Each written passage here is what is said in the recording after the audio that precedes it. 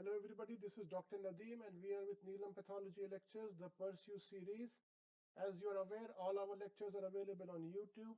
We have a Telegram group which you can join. It is very helpful for accessing all lecture related information. You can use the link to join the group. We have a Google Drive where the PDF of all lectures are available. We have a master integration key by which you can navigate between the Google Drive and the YouTube videos. These are the disclaimers. We are with phase 3, which is recorded pathology lecture. And today we have Pursue 4J and Grasp 06. And today we are dealing with female genital system, the GYN series. And we are streaming from PGI Chandigarh. And today's topic is grossing of placenta. And to talk on that, we have Professor Dr. Nalini Gupta. She is an MD, DNB, MNAMS, MIAC.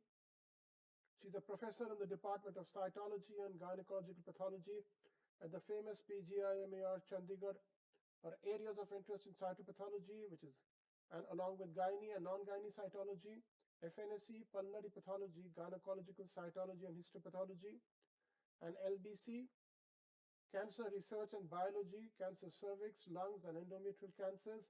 She's got more than 340 publications in international and national journals, 15 chapters in various books, including 10 chapters on cervical cytology. Awarded the ICMR International Fellow for Young Biomedical Scientists in 2011. Worked in Manchester Cytology Centre, Manchester, UK.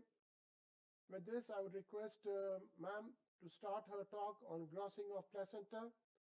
And before that, a happy new year to everybody. So I would request Dr. Nalini Gupta ma'am to start her talk. Thank you so much.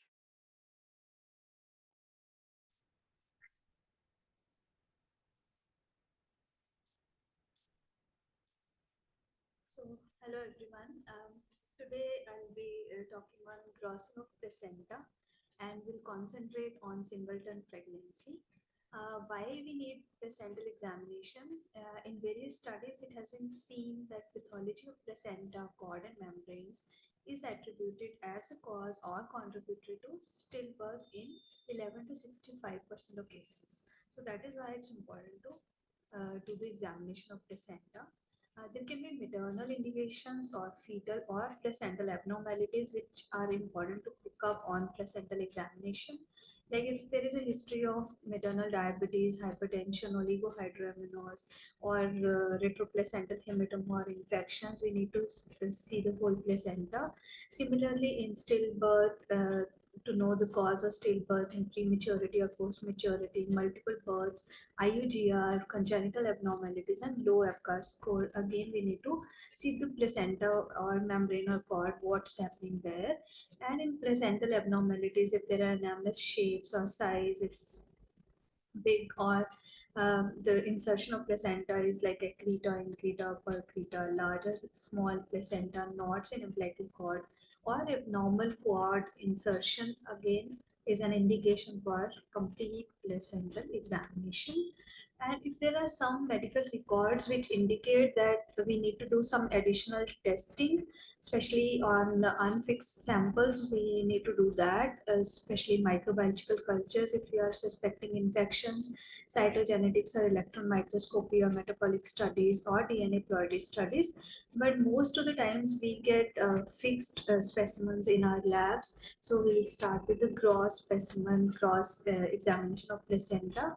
So before starting the gross, we should see the request form, the case history and obstetric history, type of specimen and operation, and from where this sample is coming, the clinician's name and phone number in case you want to connect with the clinician.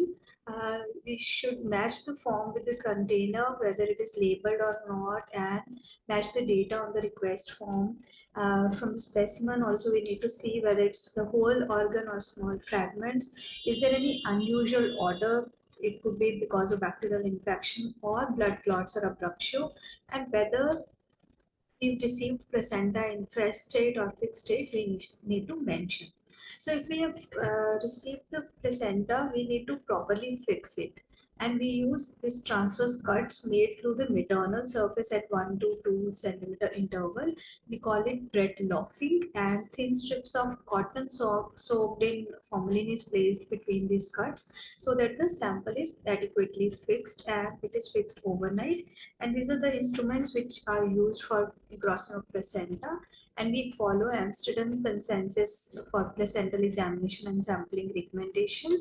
According to that, these are the recommendations, like you need to examine the placenta, what is the depth, weight, disc dimensions, any abnormality on the disc on the fetal surface or the maternal surface, then description of the cord, length, diameter, site of insertion of the cord, coiling, many strictures, number of vessels, and then description of membranes, whether the color and opacity is fine or the membranes are complete or ragged. And at least 4 sections should be taken, 3 full sections from placental disc, out of which 2 should be central, and a membrane roll, and 2 transverse sections from the cord, and membranes and cords are put into the same cassette, so you will have 4 sections. And if there is any site of lesion, you should take additional samples. How to take placental weight?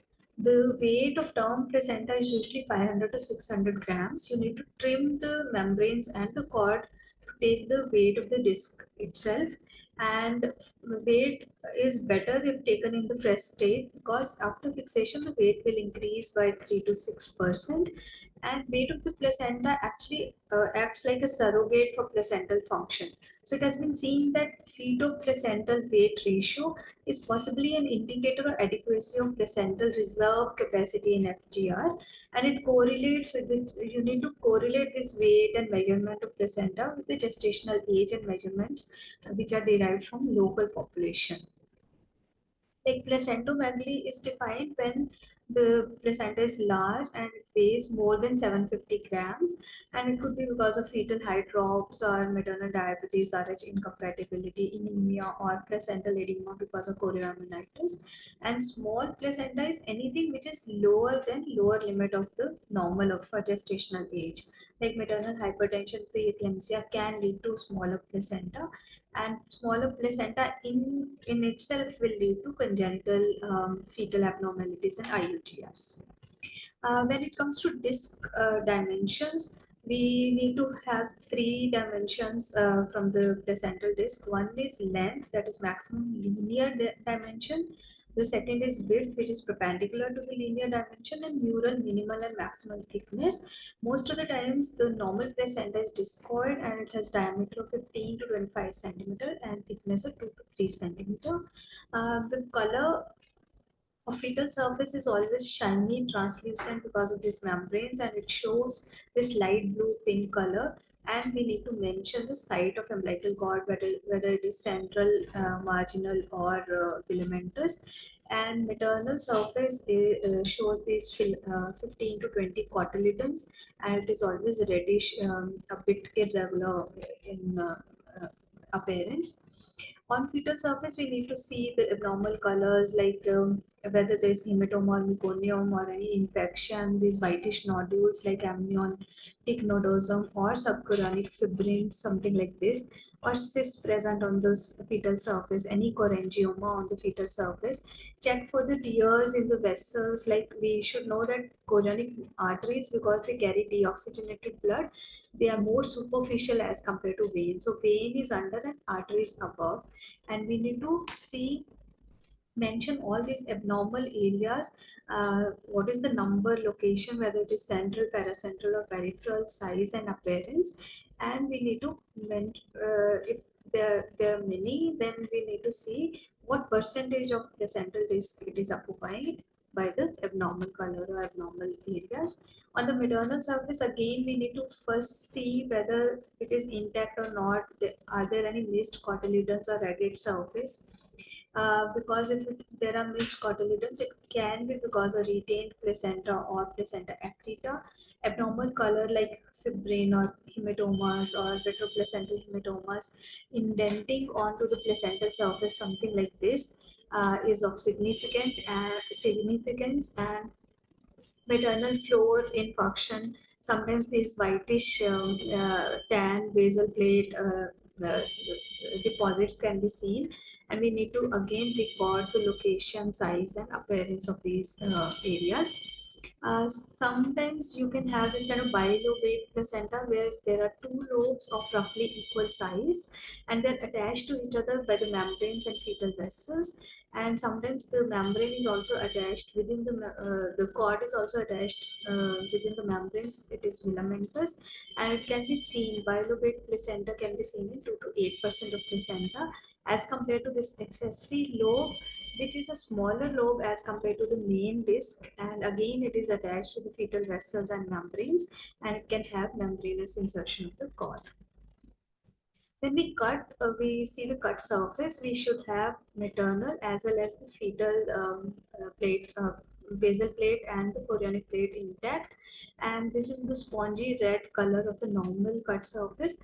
But abnormally, you can have this kind of infarcts in various stages. So the fresh infarcts will look red and firm, and the older infarcts will look like this firm white areas, and sometimes retroplacental hemorrhage can be seen, which is indenting onto the parenchymal surface. So all these things should be mentioned.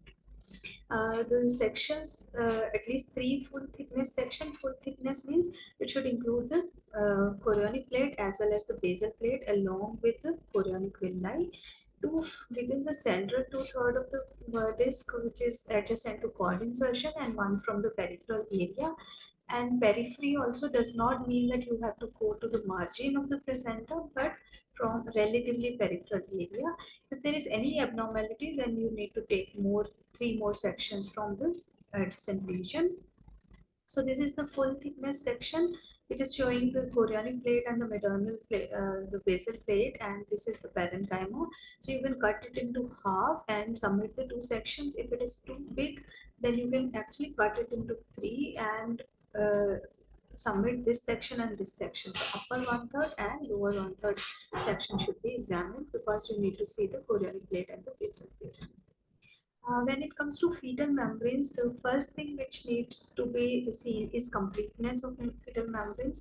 So this is the site of the rupture, and you need to place the hand inside the membrane, spread it with fingers to check the completeness of membranes. The incomplete membranes will look stripped off or ragged.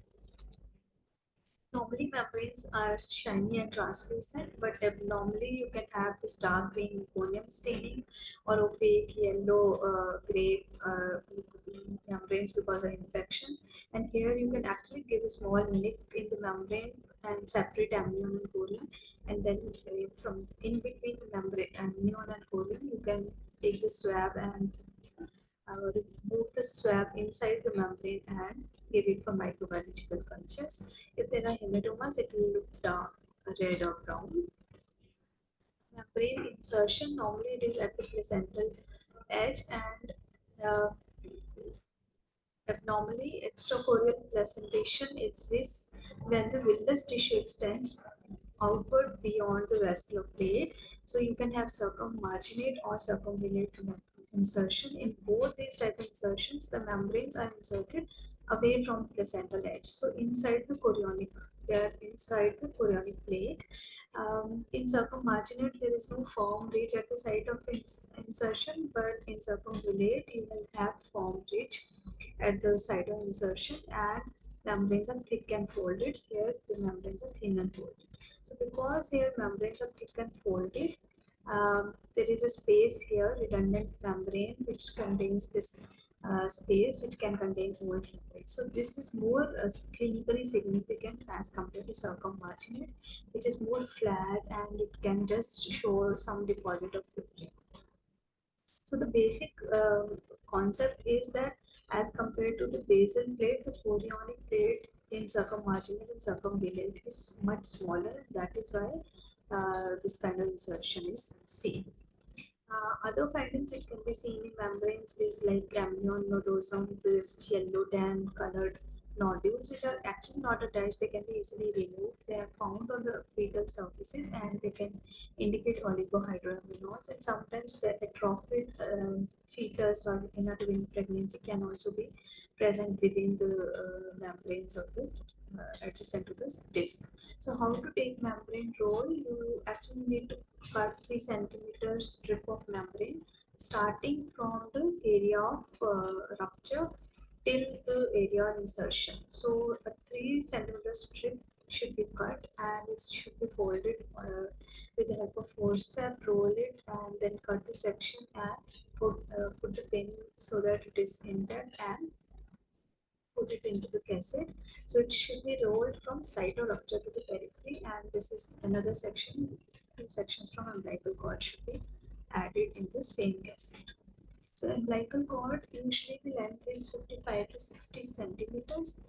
Um, but we need to see whether the cord is received total or is it segmental. Short cord is when it is less than 55 centimeters.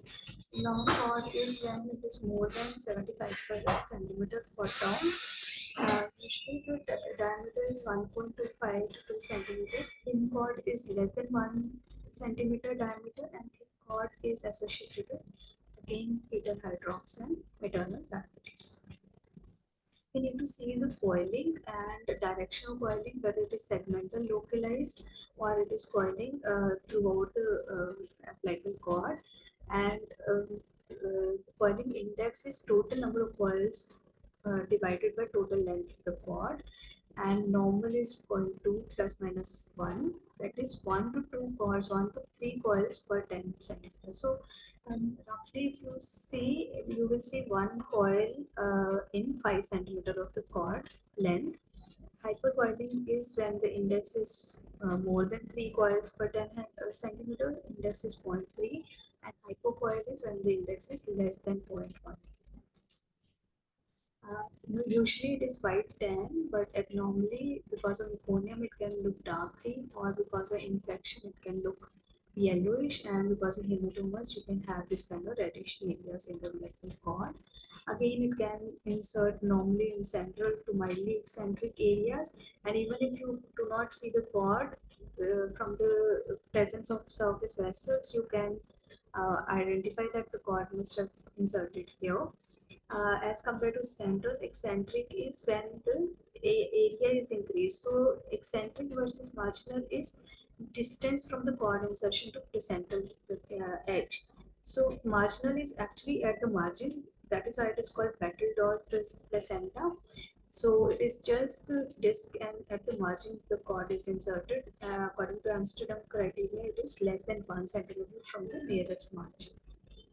And filamentous is insertion of cord into the fetal membranes. So it's not inserting into the disc, but it is inserting into the membranes, and the vessels, they branch within the membranes, and that is why they have tendency to rupture or have trauma. Furcate is, it is inserting into the disc, but the vessels, they branch before reaching the disc. So it's not the umbilical cord which is going into the disc. There are vessels which are separately seen, and that is why it looks like furcate. And umbilical vessels, they lose their water jelly coating prior to insertion. Normally we see 3 vessels, 2 arteries, 1 vein, and arteries are more contracted as compared to the vein, and abnormally you can have single artery and single vein, and it may be associated with kidney or heart anomalies. And again, when we are taking section, it should be at least 5 centimeter above the chorionic plate, because near the chorionic plate there is a possibility of vascular fusion near the placenta. Two cords, like two knots, like a cord looping it upon itself, and it is something a proper cord, and that is why it can be released physically, but it can lead to vascular obstruction and fetal demise also. But false cord is just because of redundancy of vessels or tortuosity of vessels. Sometimes the vascular length is more than cord length, and that is why it appears like a false cord, a false knot, and it will not be released physically, and there will be no vascular obstruction because of false knots. And they are very frequently seen. Again, the size, number, appearance, and distance from both cord ends is to be noted. Sometimes there are strictures which are extremely narrow segments, and again due to absence of water jelly, and they can cause vascular obstruction. You can have thrombosis, hemorrhage within the vessels of the cord, and again sections should be submitted, at least 3 sections. One transverse section from the fetal surface and one 5 centimeter away from insertion. And sometimes these whitish micro abscesses can be seen on the cord, which could be because of Candida femicitis. So if I show you the performer or the protocol which we follow for normal placental grossing, we see whether placenta is complete or incomplete, diameter, thickness, weight of the placenta, what is the shape, any abnormality seen, and parenchyma, any calcification, infarction, or abruptio on the fetal membrane, maternal surface, if there is any retroplacental clot, cord, same thing like size, length, diameter, knots, any description, vessel, single artery, thrombus, and description of water jelly if there is something abnormal or meconium staining. And same is for fetal membranes, whether it is normal membrane insertion or filamentous vessels are present or meconium staining is there. And these are the 4 main sections which are actually full thickness sections which are showing maternal and fetal margins. And this is the membrane roll which is actually secured by the pin and 2 sections from the cord. With that, thank you very much for your kind listening.